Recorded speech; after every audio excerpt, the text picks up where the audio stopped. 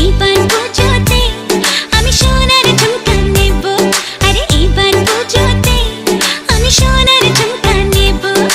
আর কিছু চাই না, একটাই বায়না রেখো, গয়না শাড়িতে আমি সবাইকে টেক্কা দেব।